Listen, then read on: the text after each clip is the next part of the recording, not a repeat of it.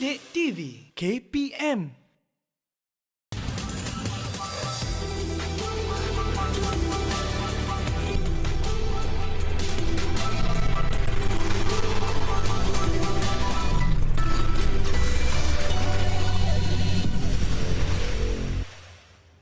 Buletin Didik 26 April bersama saya Charles Mohan. Salam sejahtera.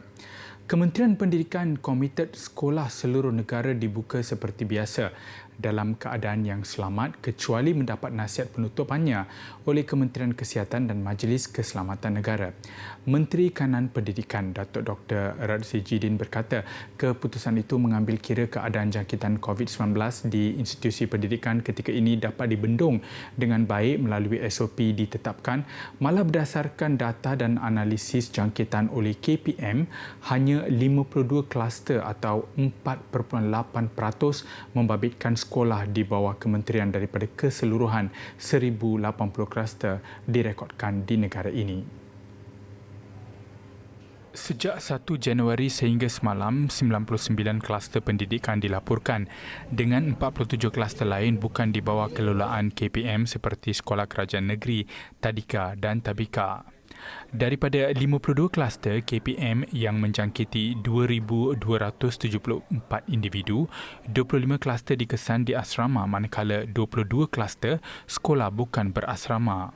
Mengikut analisis jangkitan, 13 kes jangkitan berpunca di sekolah iaitu 5 kes membabitkan guru dan 8 kes guru menjangkiti murid di dalam kelas. Jelas Datuk Dr. Radzi, apa jua keputusan pihaknya, ia mengambil kira keperluan hampir 5 juta murid dan hampir 500,000 guru membabitkan 10,000 sekolah termasuk kolej matrikulasi dan institusi pendidikan guru. Dan jika kita lihat bahawa di sekolah ini juga tempat di mana anak-anak ini express themselves bukan saja pada guru-guru tetapi pada kawan-kawan. So sebab itu mereka dah rasa lama sangat dah. Yes, we can do apa saja pendekatan PDP-nya, tapi keberadaan mereka di sekolah itu cukup berbeza dengan keberadaan mereka di rumah. Sebab itu kita lihat bahawa anak-anak cukup excited. Bila kita turun ke sekolah, tanya dek, pakcik nak tanya kalau kita nak sekolah buka ke nak sekolah tutup? Nak sekolah buka. Itu merupakan semangat di kalangan anak-anak kita. Ujarnya, sejak sekolah dibuka pada Mac lalu, purata kehadiran murid mencapai 90.26% berbanding 85% sebelum COVID-19 melanda negara. Malah KPM tidak pernah mengenakan denda kepada murid yang tidak hadir jika berasa tidak selamat ke sekolah. Mengulas lanjut katanya, satu-satu sekolah akan ditutup jika mempunyai kes positif COVID-19. Sekolah akan melaporkan kes kepada Jabatan Pendidikan Negeri JPN dan Pejabat Pendidikan Daerah PPD serta-merta. JPN seterusnya mengeluarkan surat arahan penutupan sekolah sekurang-kurangnya 2 hari. Jadi kita berharap melalui kaedah ini tidak ada kekeliruan dan tidak ada rasa sanksi. As if kita tak nak maklumkan, ya.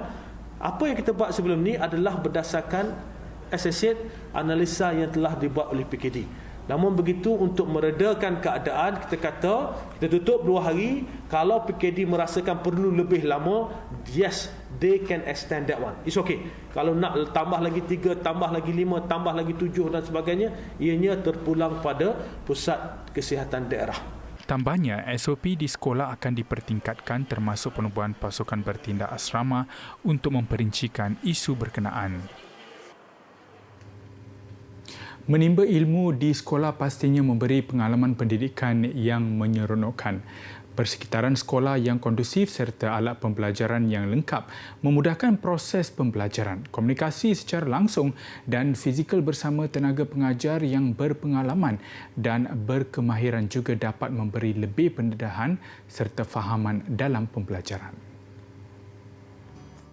Pakar Psikologi Kaunseling Fakulti Pengurusan Pertahanan Universiti Pertahanan Nasional Malaysia UPNM, Profesor Datuk Dr. Muhammad Fadzil Chedin berpandangan menutup sekolah adalah satu cadangan yang mudah namun memberi kesan yang besar kepada pelajar, ibu bapa dan guru.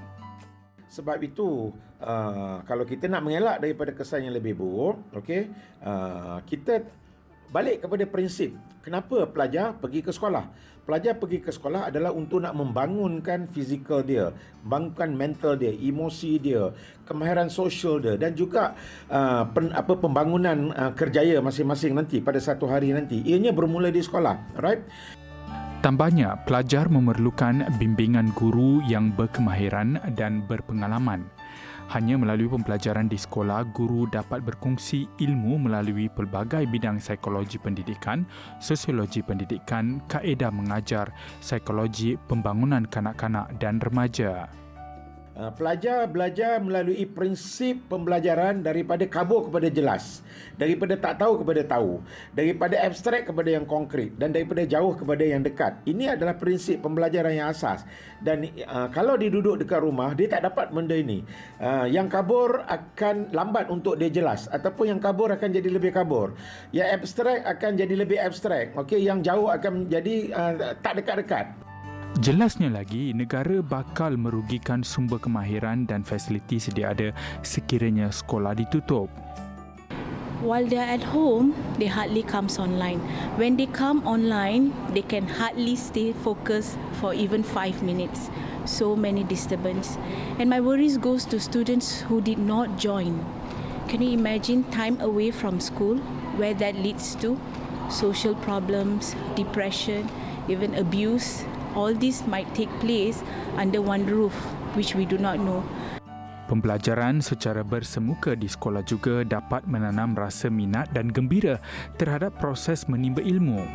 Kalau kita ada dekat rumah, kalau datangkan online kerja, tu tak faham. Kalau dekat sekolah, faham dengan teliti. Dan kita boleh jumpa kawan. When learning in school, you can learn happily instead of learning at home. Learning at home is stressful. Yeah, because it's hard to understand and the internet is very slow. Kerajaan sedia mempertimbangkan pemberian vaksin kepada golongan remaja di bawah 18 tahun dalam program imunisasi COVID-19 kebangsaan. Menteri Sains, Teknologi dan Inovasi Khairy Jamaluddin berkata keputusan itu bergantung kepada kelulusan yang dikeluarkan Agensi Regulatory Farmasi Negara NPRA selepas maklumat ujian klinikal dijalankan Pfizer dihantar ke pihak pentadbiran makanan dan ubat-ubatan Amerika Syarikat. Mereka juga akan kemukakan maklumat tersebut kepada NPRA. Dan kalau dipersetujui, maka kita boleh bagi kepada golongan 12 hingga 17 tahun. Yang sebelum ini kita hanya hadkan kepada 18 tahun. Pfizer baru dapat maklumat data yang terkini daripada clinical trial untuk golongan remaja dan dia akan bagi kepada FDA dan juga NPRA. Hanya Pfizer katanya mempunyai data ujian awal klinikal bagi golongan remaja berusia lebih 12 tahun. Program itu bagaimanapun dijangka mengambil masa sehingga 3 bulan sebelum dimuktamadkan. Jika diluluskan, kerajaan katanya akan menambah vaksin keluaran Pfizer bagi menampung keperluan golongan berkenaan. Dalam perkembangan berkaitan, lebih 460,000 guru dijadual menerima vaksinasi COVID-19 fasa kedua. Khairy ditemui selepas mengadakan pertemuan bersama Menteri Besar Kedah Muhammad Sanusi Muhammad Noor bagi memperincikan pelaksanaan pelan imunisasi kebangsaan negeri Kedah di Wisma Darul Aman. Seramai 50,000 pelajar yang layak bakal menerima peranti untuk membolehkan mereka mengikuti pembelajaran secara dalam talian di bawah program Cerdik. Inisiatif melalui kerjasama Kementerian Kewangan dan Kementerian Pendidikan itu bertujuan untuk merapatkan jurang pembelajaran digital bagi sekolah rendah dan menengah di negara ini. Yayasan Hasanah dalam satu kenyataan berkata Cerdik akan menurut ke model pembelajaran digital untuk diguna pakai pada masa hadapan dan bukan sekadar inisiatif sumbangan peranti untuk jangka pendek. Setakat ini 13,000 peranti diedarkan oleh syarikat berkaitan kerajaan dan syarikat pelaburan berkaitan kerajaan kepada pejabat pendidikan daerah di beberapa negeri dan setakat ini lebih 1,000 pelajar sudah menerima peranti masing-masing. manakala baki 100,000 peranti dijangka selesai diagihkan akhir September ini. Menteri Kanan Pendidikan Datuk Dr. Razzie Jidin sebelum ini berkata Cerdik adalah satu program perintis pembelajaran digital dan ia dilaksanakan tepat pada masanya ketika pendigitalan kian pantas berkembang dalam semua aspek kehidupan masyarakat. Dalam pada itu, Menteri Kewangan Datuk Seri Tengku Zafrul Abdul Aziz berkata program berkenaan diperkenalkan untuk merapatkan jurang sosioekonomi dengan memudahkan pembelajaran digital untuk golongan berpendapatan rendah.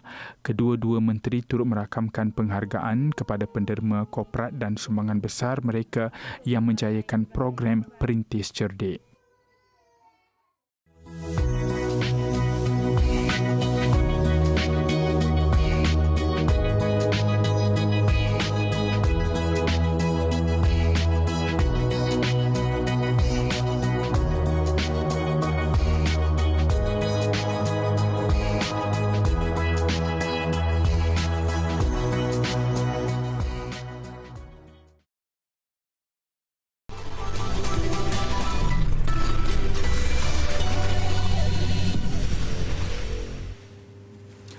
Bersua kembali, Kementerian Dalam Negeri KDN melancarkan perkhidmatan JPN e-Services yang memberi kemudahan kepada rakyat Malaysia melakukan pelbagai urusan membabitkan Jabatan Pendaftaran Negara secara dalam talian.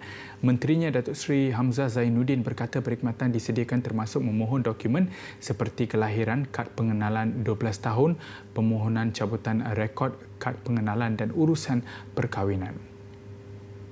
Walaupun urusan-urusan tersebut dilaksanakan secara atas talian, Kementerian memberikan jaminan bahawa keselamatan maklumat peribadi dan data-data sensitif anda berada di tahap yang tinggi.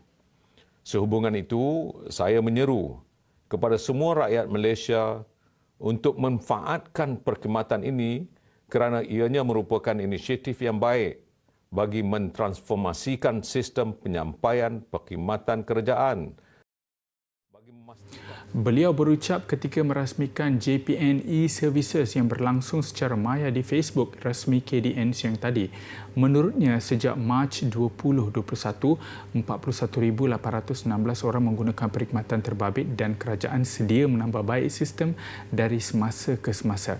Perkhidmatan itu adalah langkah strategik kerajaan yang penting dalam usaha meningkatkan perkhidmatan kerajaan secara end-to-end. Pihaknya juga meminta JPN untuk mengenal pasti perkhidmatan lain yang perlu dinaik taraf.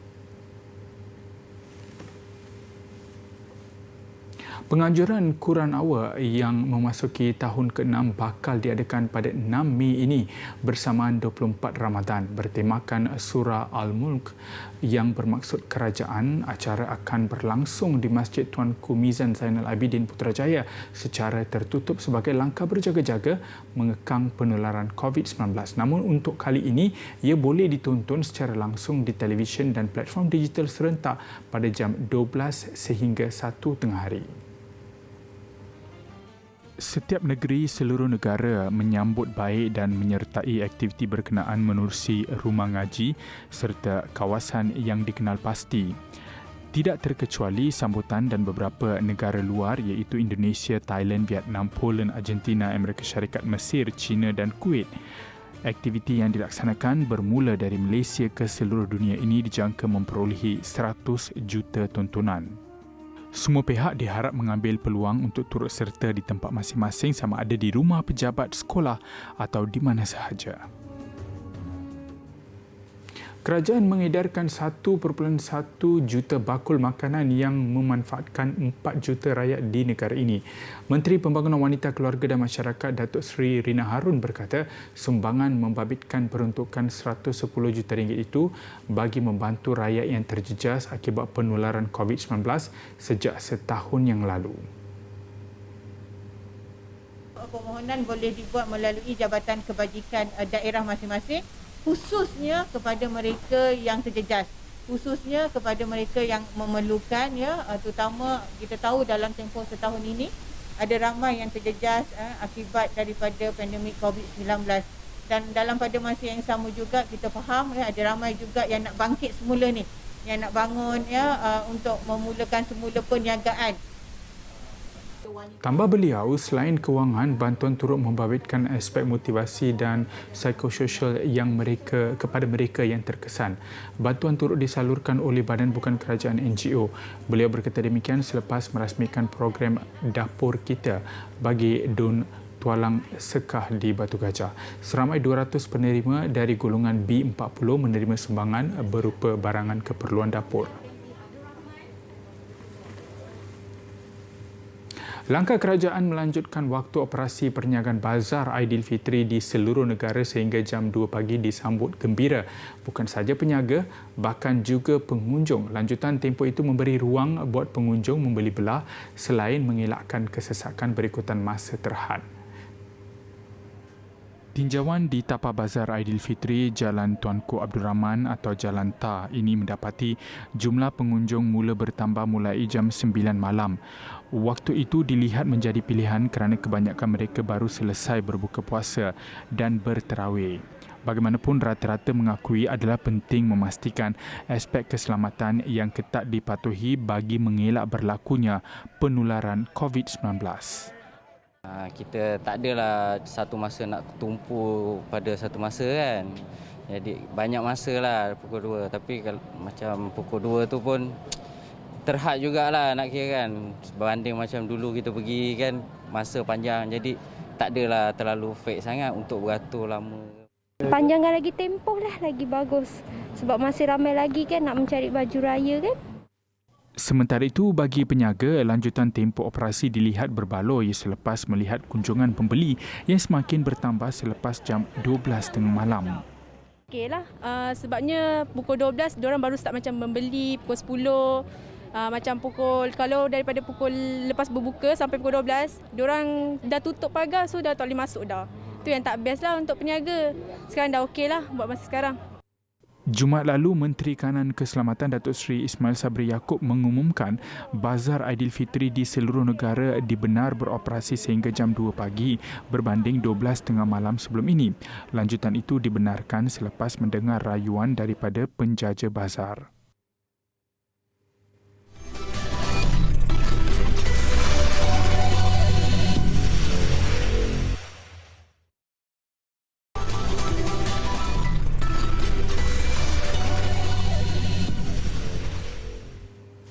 Bersua kembali, helikopter mini agensi aeronautik dan angkasa lepas NASA Ingenuity semalam berjaya menyelesaikan penerbangan ketiganya di Marikh. Menurut eksekutif programnya iaitu Dave Lavery, helikopter itu bergerak lebih jauh dan pantas berbanding sebelumnya. Pada penerbangan ketiganya itu, Ingenuity terbang meliputi jarak 50 meter dengan mencapai kelajuan 2 meter sesaat. Kenderaan robotik peninjau Perseverance yang membawa helikopter seberat 1.8 kilogram berkenaan ke Marikh merakamkan penerbangan ketiga selama 80 saat itu.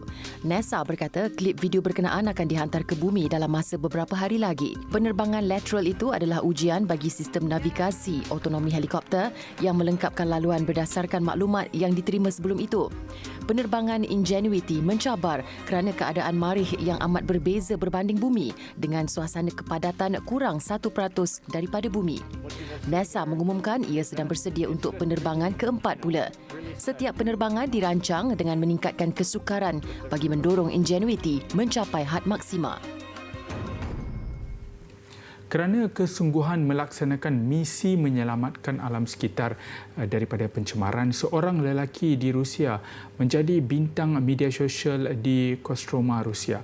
Menariknya, aktiviti mengutip sampah itu dilakukan dengan memakai topeng yang menjadikannya individu misteri di mata orang ramai. Idea Garbage Man atau nama sebenarnya Sergei Volkov turut mendapat sokongan daripada isteri dan anak-anak. Aktiviti ini juga menerima komen positif daripada pelajar sekolah yang turun ke lokasi bagi membantu Volkov.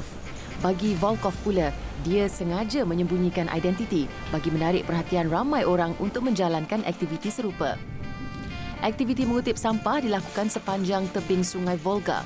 Semua barangan plastik yang dikutip dihantar ke pusat pengumpulan barangan kitar semula. Wang hasil jualan itu pula akan disalurkan kepada pertubuhan alam sekitar. Ustazah akan memberikan sedikit tips sebagai persediaan untuk kamu menghadapi SPM pada tahun 2021.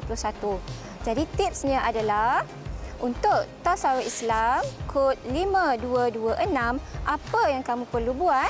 Baik, yang pertama Ustazah nasihatkan kamu supaya membaca setiap tajuk, kemudian kamu bolehlah menghasilkan beberapa banyak istilah yang kamu jumpa dalam tajuk tersebut. Kamu tulis semula istilah dan juga maksud, dan juga kamu kena hafal istilah-istilah tersebut pada setiap hari. Kalau kamu tak berhafal, kamu tidak akan ingat istilah-istilah yang kamu telah belajar pada setiap tajuk Tasawuf Islam. Terima kasih.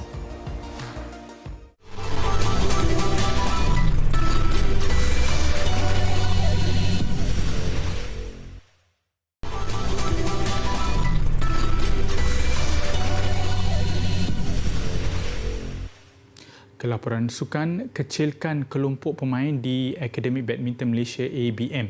Itu perancangan Persatuan Badminton Malaysia BAM susulan masih terdapat kes penularan COVID-19 yang diumumkan semalam. Bagaimanapun, ada kabar gembira menyusul buat BAM apabila diberi kebenaran dari Kementerian Kesihatan untuk menyambung latihan dalam program Road to Tokyo bermula esok. BAM mahu mengantar pulang pemain yang tidak terlibat dengan kelayakan Olimpik serta dua kejohanan terbuka Malaysia dan terbuka Singapura buat sementara waktu. Dengan program latihan dijangka disambung esok.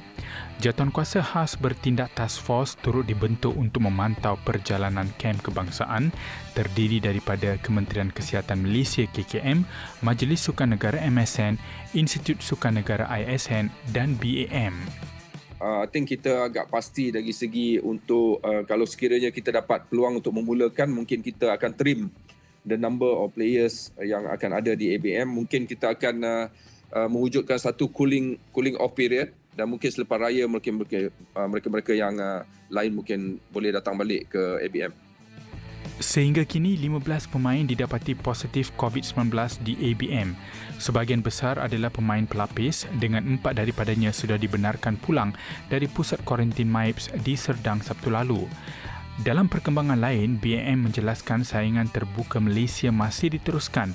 Dijadual berlangsung 25 sehingga 30 Mei nanti, ianya menjadi satu daripada dua kejohanan terakhir menawarkan mata kelayakan ke Sukan Olimpik Tokyo.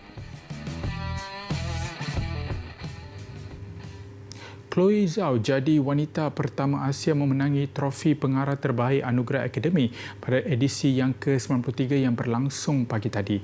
Pembikin filem kelahiran Beijing, China itu meraih kemenangan tersebut melalui filem Nomadland yang juga diangkat sebagai filem terbaik tahun ini.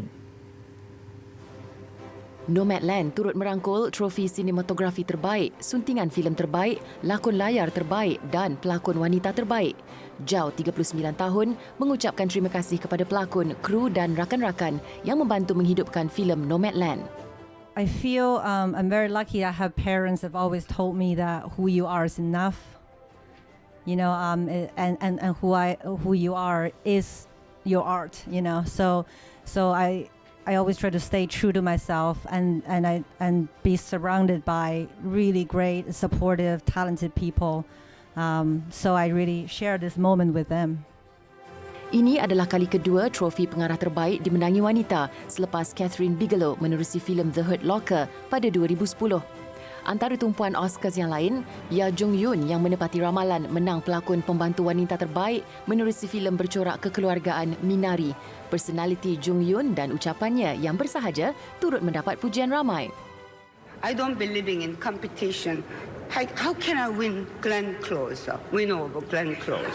I've been watching her so many performances. So this is just all the nominees, 5 nominees. We are the winner for the different movie, we play the different role. So we cannot compete each other. Tonight I'm here is just I have just a little bit luck, I think. Maybe I'm luckier than you. Jung Yoon adalah pelakon Korea Selatan pertama memenangi kategori itu.